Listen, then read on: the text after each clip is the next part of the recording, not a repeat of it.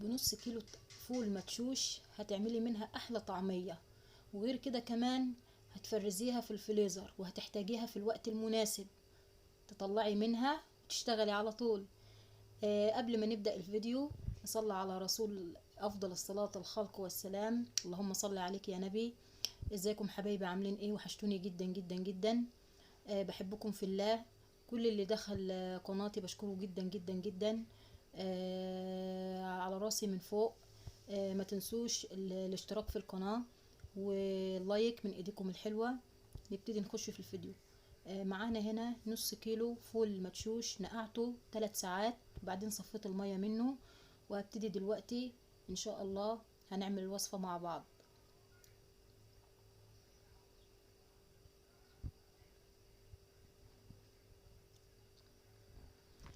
جبت الكبة معايا هنا، الفول حطيته في الكبة، ومعايا بصلتين متوسطين او بصلة كبيرة، ومعايا 5 فصوص توم كبار، ومعايا كزبرة. لو مش متاح الكزبرة ممكن كرات، لو مش متاح الكرات تحط كزبرة، الاتنين زي بعض.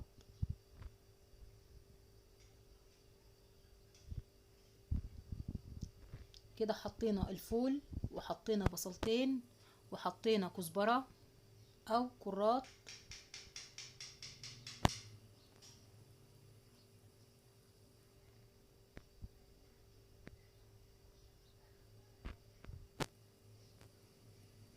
ودلوقتي هنضربهم في الكبة. هنفرمهم كويس جدا جدا جدا لحد ما تبقى معانا عجينة هشة. اهم حاجة يا جماعة في الفرم تتفرم كويس جدا، عشان لما نيجي نقليها تبقى معانا هشة وطرية من جوه. العجينة تبقى من جوه طرية وهشة، ما يبقاش فيها قطع فول من جوه كده صغننة، لا تبقى طرية وحلوة لما تاكليها زي ما انتوا شايفين.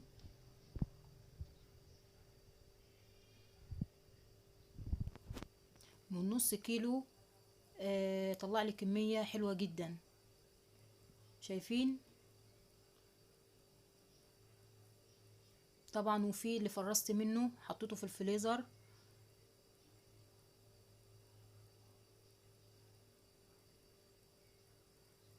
اكياس مطبخ تاخدي على قد احتياجك وتشيليه في الفريزر.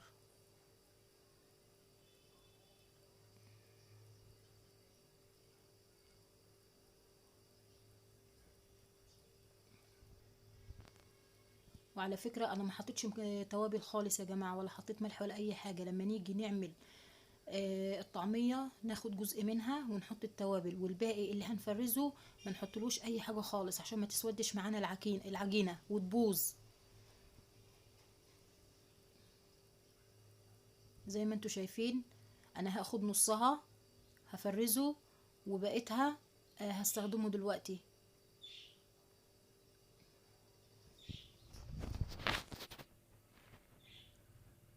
طبعا حطيت اللي انا عملته دلوقتي اللي قليته زي ما انتوا شايفين. حطيت عليه ملح وحطيت كزبرة وكمون، وحطيت ربع معلقة يا اما بيكنج باودر يا اما كربونات صوديوم، حاجة من الاتنين، يا اما كربونات يا اما بيكنج باودر. بس خلي بالك لو حطيت البيكنج باودر يا دوبك على طرف المعلقة صغيرة، ما تكتريش. البيكنج باودر بيخلي الطعمية هشة وبينفخها وبيخليها طرية من جوه وزي العسل. زي ما انتوا شايفين حبايبي، ادي طبق الطعمية الجميل النظيف اللي مش هنلاقي زيه والله غير لما بنشتريها من بره. شايفين طرية من جوه ازاي وهشة.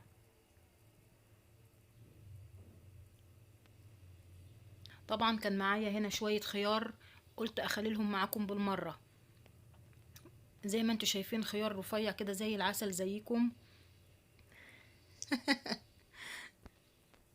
مش عارفة ضربت في دماغي وقلت بالمر طالما انا معايا الخيار اخليله بالمر معاكم. معايا هنا كيلو خيار، معايا هنا البطرمانة اللي هخلل فيها.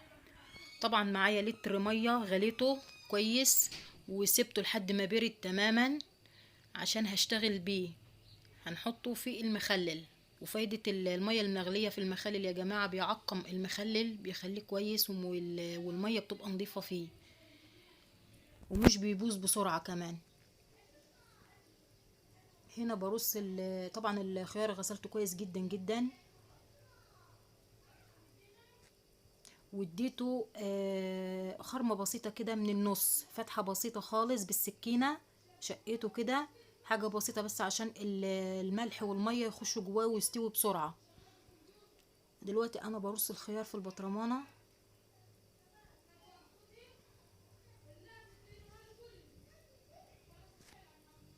حضرتك عايزة تحطي توم فيه، فص توم تخرطيه عليه وتحطيه فيه.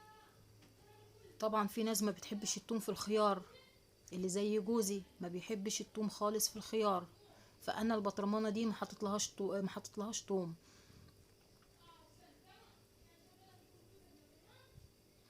طبعا رصيته رصه كويسه.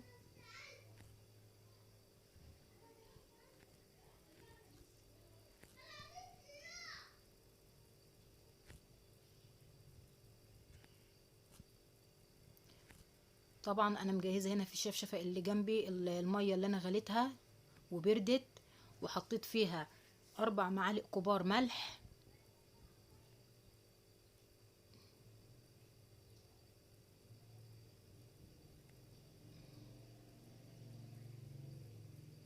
وتقلبيهم كويس جدا. وهنحط دلوقتي على الخيار. زي ما قلت لك، عايزه تحطي فص ثوم على الخيار تقطعيه كده طرنشات صغننه وتحطيه في الخيار من جوه في البطرمانه، وتضيفي الميه والملح اللي انا عملته في الشفشف ده. قلبته كويس جدا، تقلبيه كويس جدا جدا جدا.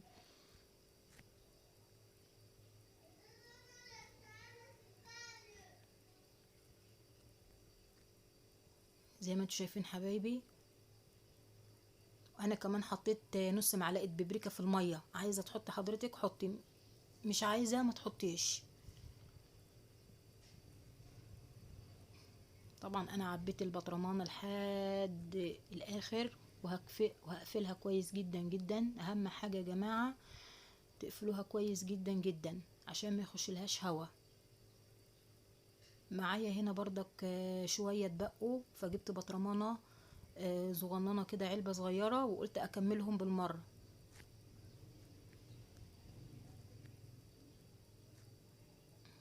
زي ما انتوا شايفين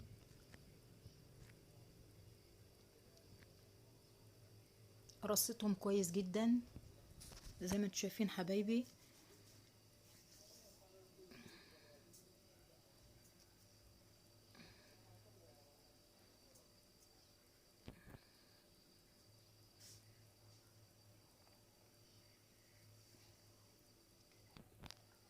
طبعا انا العلبه دي انا هحط لها تومه. شويه اللي انا خلطهم في العلبه دي هحط تومه. طبعا دي انا اللي هاكل منها عشان فيها توم. التانية مش هاكل منها عشان انا بحب التوم في الخيار، بيدي كده نكهه حلوه، فدي انا عاملاها ليا لوحدي.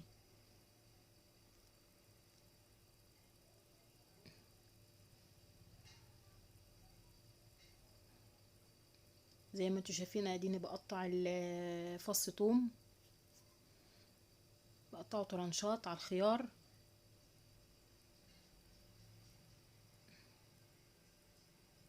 انا قعدت احط كتير، لما بعدين جت في الاخر الغطا ومرضاش يقفل، ورحت طلعت منه تاني، يعني طلعت من الخيار تاني.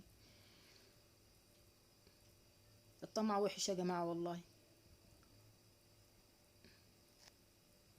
انا قلت بالمرة بس احطهم بالمرة وخلاص، اخليلهم بالمرة، مش هنخسر حاجة يعني.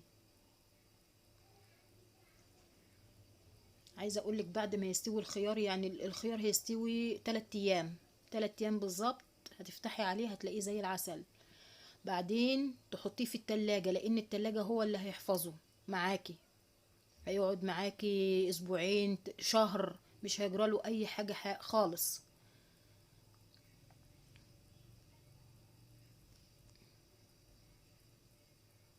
مش بس الخيار، انا اي مخلل بعمله. الليمون برضك بعد ما بيستوي معايا باخده على طول وبحطه في التلاجة، بيقعد معايا 4 شهور 5 شهور. وفي بطرمانة دلوقتي هوريها لكم، دي قعدت معاي شهرين او شهرين ونص يعني، وهتشوفوها زي العسل. عشان المخلل ما يبوظش منك بسرعة حطيه في التلاجة، احسن طريقة لحفظ المخلل.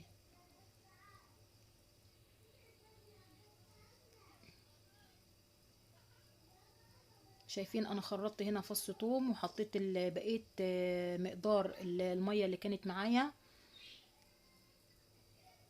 طبعا هنا العلبة اتقفلت معايا بالعافية.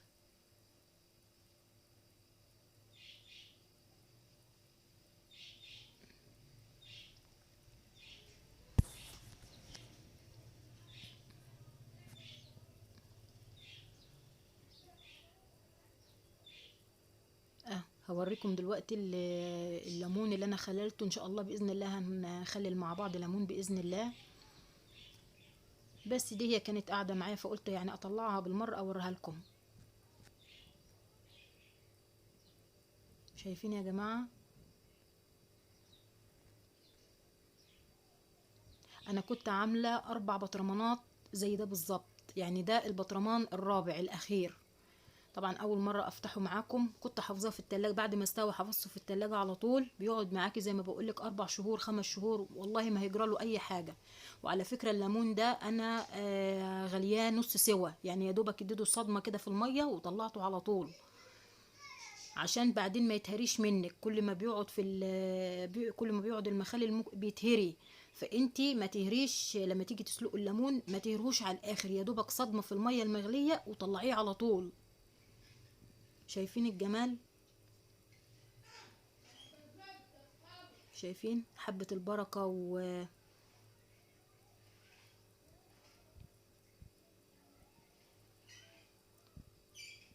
وتحطي شوية زيت من فوق عشان يحفظ المخلل.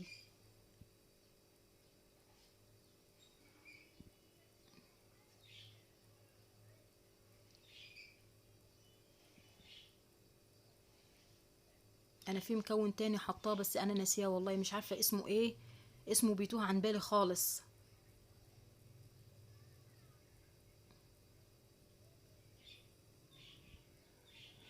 وبالهنا والشفا.